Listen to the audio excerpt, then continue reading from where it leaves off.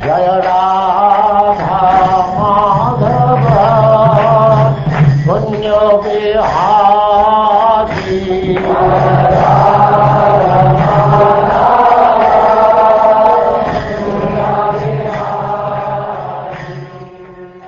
And now chapter 54, the marriage of Krishna and Rukmini.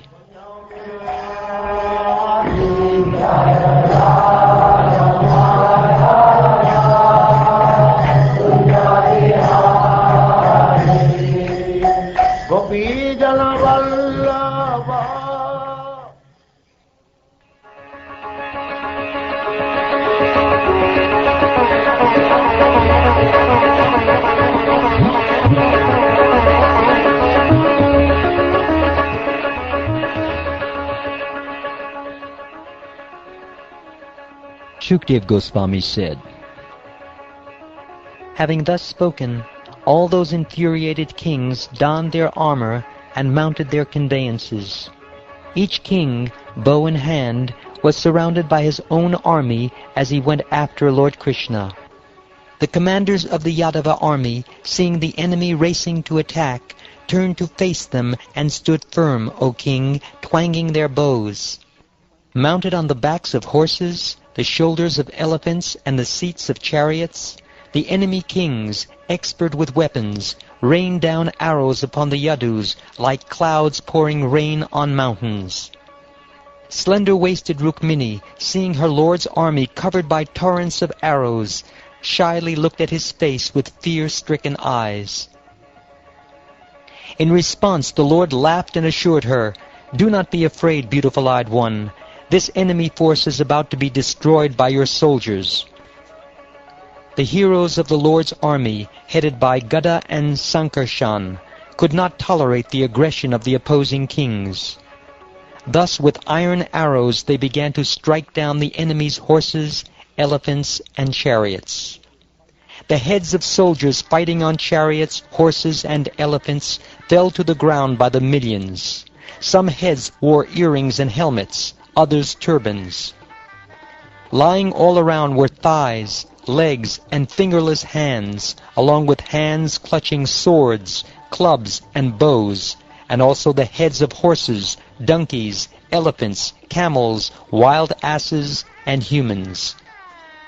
Seeing their armies being struck down by the Vrishnis, who were eager for victory, the kings, headed by Jarasandha, were discouraged and left the battlefield. The kings approached Shishupal, who was disturbed like a man who has lost his wife. His complexion was drained of color, his enthusiasm was gone, his face appeared dried up. The king spoke to him as follows. Jarasandha said, "Listen, Shishupal, O tiger among men, give up your depression. After all, embodied beings' happiness and unhappiness is never seen to be permanent, O king.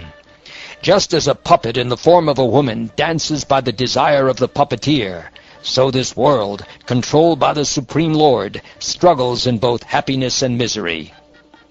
In battle with Krishna, I and my 23 armies lost 17 times. Only once did I defeat him. But still, I never lament or rejoice, because I know this world is driven by time and fate. And now all of us, great commanders of military leaders, have been defeated by the Yadus and their small entourage, who are protected by Krishna. Now our enemies have conquered because time favors them. But in the future, when time is auspicious for us, we shall conquer."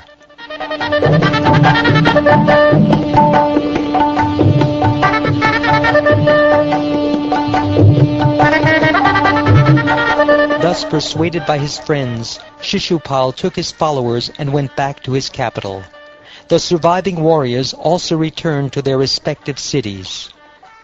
Powerful Rukmi, however, was especially envious of Krishna.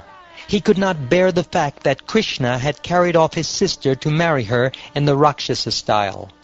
Thus he pursued the Lord with an entire military division. Frustrated and enraged, mighty-armed Rukmi, dressed in armor and wielding his bow, had sworn before all the kings, "I shall not again enter Kundina if I do not kill Krishna in battle and bring Rukmini back with me. I swear this to you." Having said this, he had mounted his chariot and told his charioteer, "Drive the horses quickly to where Krishna is. He and I must fight."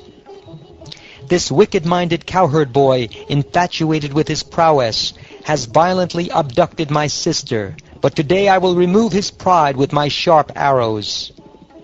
Boasting thus, foolish Rukmi, ignorant of the true extent of the Supreme Lord's power, approached Lord Govinda in his lone chariot and challenged him. "Just stand and fight." Rukmi drew his bow with great strength and struck Lord Krishna with 3 arrows. Then he said, "Stand here for a moment, O defiler of the Yadu dynasty!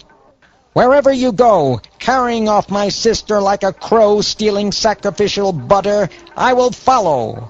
This very day I shall relieve you of your false pride, you fool, you deceiver, you cheater in battle. Release the girl before you are struck dead by my arrows and made to lie down."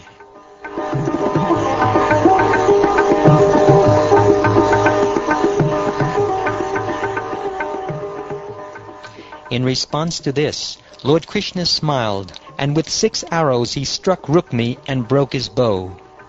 The Lord struck Rukmi's 4 horses with 8 arrows, his chariot driver with 2, and the chariot's flag with 3. Rukmi grabbed another bow and struck Lord Krishna with 5 arrows. Although hit by these many arrows, Lord Achyuta again broke Rukmi's bow. Rukmi picked up yet another bow, but the infallible Lord broke that one to pieces as well. Iron bludgeon, 3-pointed spear, sword and shield, pike, javelin, whatever weapon Rukmi picked up, Lord Hari smashed it to bits. Then Rukmi leaped down from his chariot and, sword in hand, rushed furiously toward Krishna to kill him like a bird flying into the wind. As Rukmi attacked him, the Lord shot arrows that broke Rukmi's sword and shield into small pieces. Krishna then took up his own sharp sword and prepared to kill Rukmi. Seeing Lord Krishna ready to kill her brother, saintly Rukmini was filled with alarm. She fell at her husband's feet and piteously spoke as follows. "O controller of all mystic power, immeasurable one, Lord of lords, master of the universe, O all-auspicious and mighty armed one, please do not kill my brother."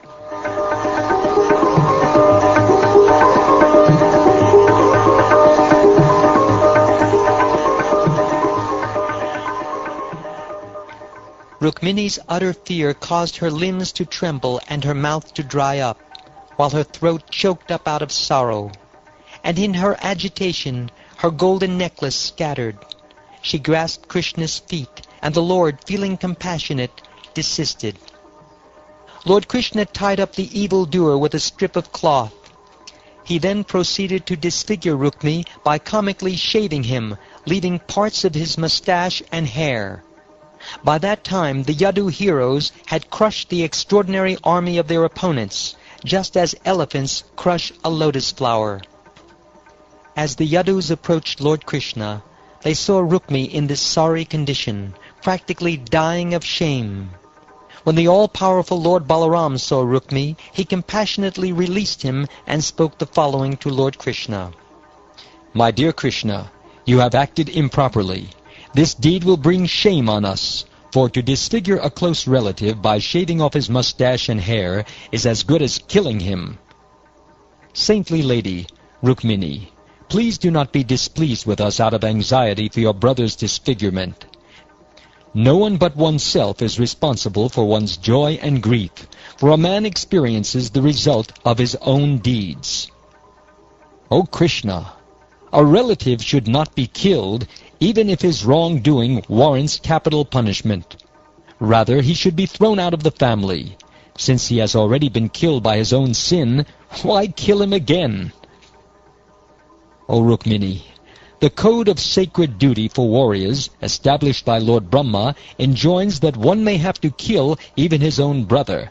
That is indeed a most dreadful law. O Krishna, blinded by conceit with their personal opulences, proud men offend others for the sake of such things as kingdom, land, wealth, women, honor, and power. O Rukmini, your attitude is unfair. For like an ignorant person, you wish good to those who are inimical to all living beings, and who have done evil to your true well-wishers. The Supreme Lord's Maya makes men forget their real selves, and thus taking the body for the self, they consider others to be friends, enemies, or neutral parties. Those who are bewildered perceive the one Supreme Soul, who resides in all embodied beings, as many, just as one may perceive the light in the sky or the sky itself as many. This material body, which has a beginning and an end, is composed of the physical elements, the senses, and the modes of nature. The body, imposed on the self by material ignorance, causes one to experience the cycle of birth and death. O intelligent lady, the soul never undergoes contact with or separation from insubstantial material objects, because the soul is their very origin and illuminator. Thus the soul resembles the sun, which neither comes in contact with nor separates from the sense of sight and what is seen.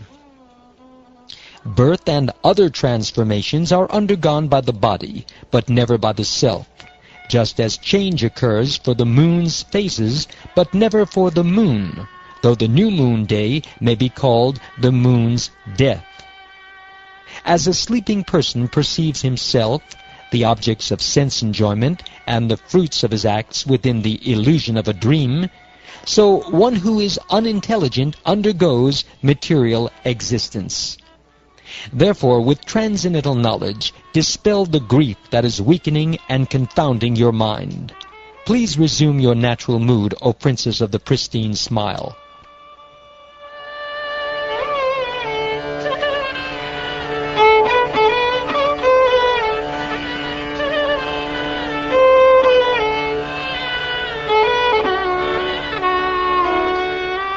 Thus enlightened by Lord Balaram, slender Rukmini forgot her depression and steadied her mind by spiritual intelligence. Left with only his life air, cast out by his enemies, and deprived of his strength and bodily radiance, Rukmi could not forget how he had been disfigured. In frustration, he constructed for his residence a large city which he called Bhojakata. Because he had promised, "I will not re-enter Kundina until I have killed wicked Krishna and brought back my younger sister," in a mood of angry frustration, Rukmi took up residence at that very place. Thus defeating all the opposing kings, the Supreme Personality of Godhead brought the daughter of Bhishmaka to his capital and married her according to the Vedic injunctions, O protector of the Kurus. At that time, O king, there was great rejoicing in all the homes of Yadupuri, whose citizens loved only Krishna, chief of the Yadus. All the men and women, full of joy and adorned with shining jewels and earrings, brought wedding presents, which they reverently offered to the exquisitely dressed groom and bride. The city of the Vrishnis appeared most beautiful. There were tall, festive columns, and also archways decorated with flower garlands, cloth banners, and precious gems. Arrangements of auspicious full water pots, a guru-scented incense, and lamps graced every doorway. The city streets were cleansed by the intoxicated elephants belonging to the beloved kings, who were guests at the wedding, and these elephants further enhanced the beauty of the city by placing trunks of plantain and betel nut trees in all the doorways. Those who belonged to the royal families of the Kuru, Srinjaya, Kaikaya, Vidarbha, Yadu, and Kunti clans joyfully met one another in the midst of the crowds of people excitedly running here and there. The kings and their daughters were totally astonished to hear the story of Rukmini's abduction, which was being glorified in song everywhere. Dvarka's citizens were overjoyed to see Krishna, the Lord of all opulence, united with Rukmini, the goddess of fortune.